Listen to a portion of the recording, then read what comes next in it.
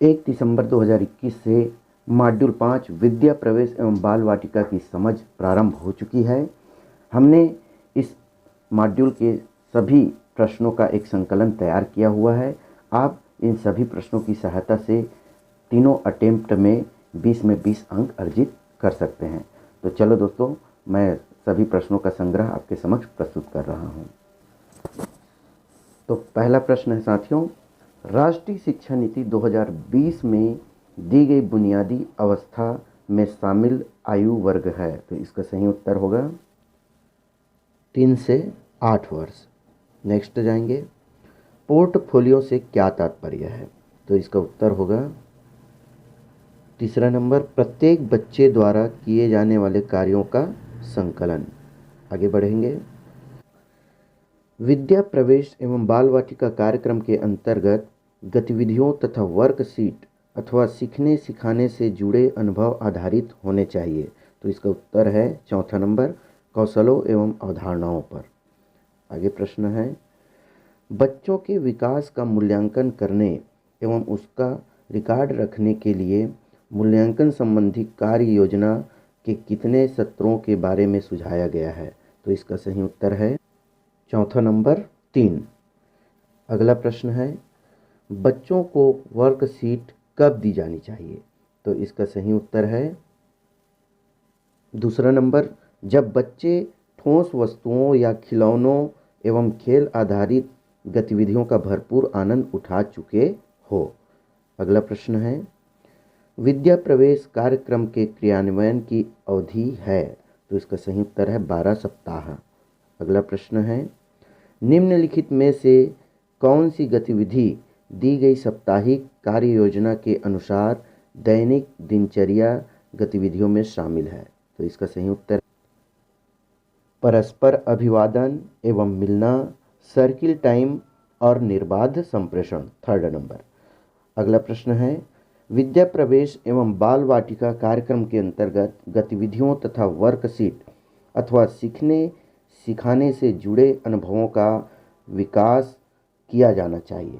तो इसका सही उत्तर है चौथा नंबर, तीनों विकासात्मक लक्ष्यों के इर्द गिर्द। अगला प्रश्न है, राष्ट्रीय शिक्षा नीति 2020 शुरुआती कक्षाओं में बच्चों को किस प्रकार के क्रियाकलाप के अवसर दिए जाने की बात करती है।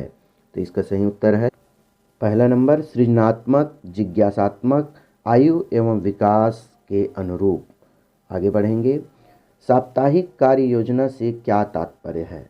तो इसका सही उत्तर है पहला नंबर, एक सप्ताह में कार्यान्वित की जाने वाली गतिविधियों की दिनवार योजना।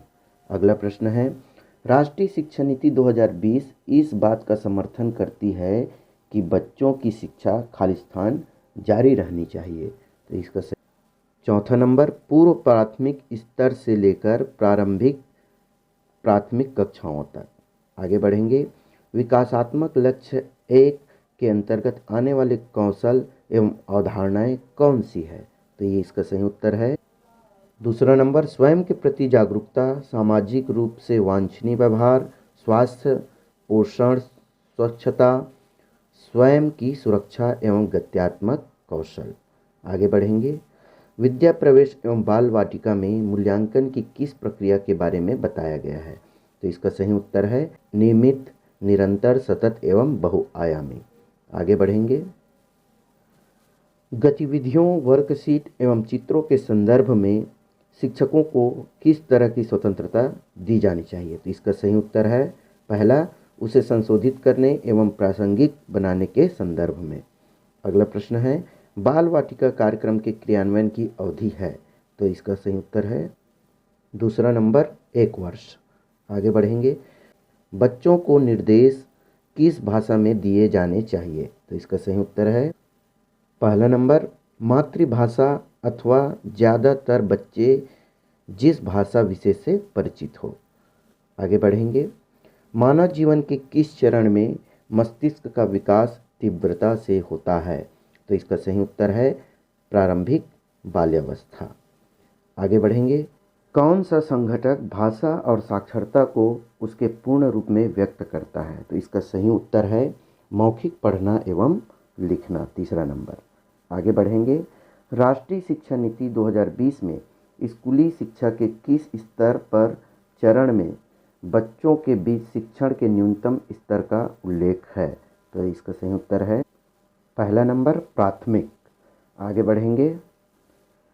विद्या प्रवेश एवं बाल वाटिका कार्यक्रम के कार्यान्वयन के लिए निर्धारित दैनिक अवधि घंटों में कितनी है? तो इसका सही उत्तर है तीसरा नंबर प्रत्येक दिन 4 घंटे। FLN मिशन का पूर्ण रूप है, तो इसका सही उत्तर होगा निपुण भारत मिशन। आगे बढ़ते हैं। विद्या प्रवेश एवं बाल वाटिका में दिए गए सतत मूल्यांकन से शिक्षकों को किस प्रकार सहायता मिलेगी? तो इसका सही उत्तर है सीखने सिखाने से जुड़ी रणनीतियों, खेल की सामग्रियों, गतिविधि के क्षेत्रों आदि को अपनाने एवं उसे सुधारने में। इसका सही उत्तर है पहला। मुक्त खेल फ्री प्ले क्या है? तो इसका सही उत्तर होगा तीसरा नंबर बच्चे द्वारा की गई गतिविधि। आगे बढ़ते हैं। विद्या प्रवेश एवं बाल वाटिका कार्यक्रम के अंतर्गत कितने विकासात्मक लक्ष्यों को पूरा का समावेश किया गया है? तो इसका सही उत्तर है 3 विकासात्मक लक्ष्य। गतिविधि रुचि क्षेत्रों का मुख्य उद्देश्य बच्चों को निम्नलिखित के लिए अवसर प्रदान करना है। इसका सही उत्तर है चौथा नंबर निर्बाध रूप से खेलना, भरपूर खेलना, फ्री प्ले। गतिविधियों में संतुलन का सही उदाहरण क्या है? इसका सही उत्तर है शिक्षक द्वारा आरंभ की गई एवं बच्चे द्वारा आरंभ की गई गतिविधियां। तीसरा नंबर।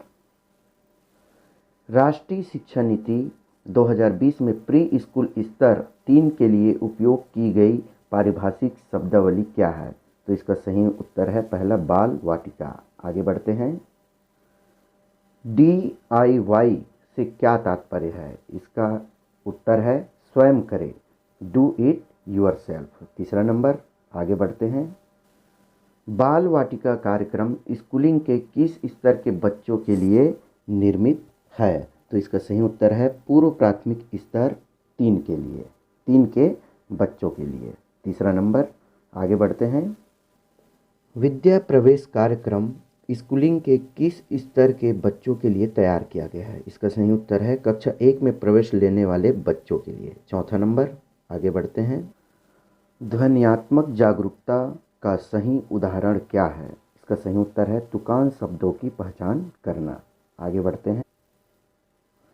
राष्ट्रीय शिक्षा नीति 2020 के अनुसार शिक्षण के निम्न स्तर से उत्पन्न संकट किन 2 पहलुओं को रेखांकित करता है? इसका सही उत्तर है बुनियादी साक्षरता और संख्या ज्ञान। आगे बढ़ते हैं।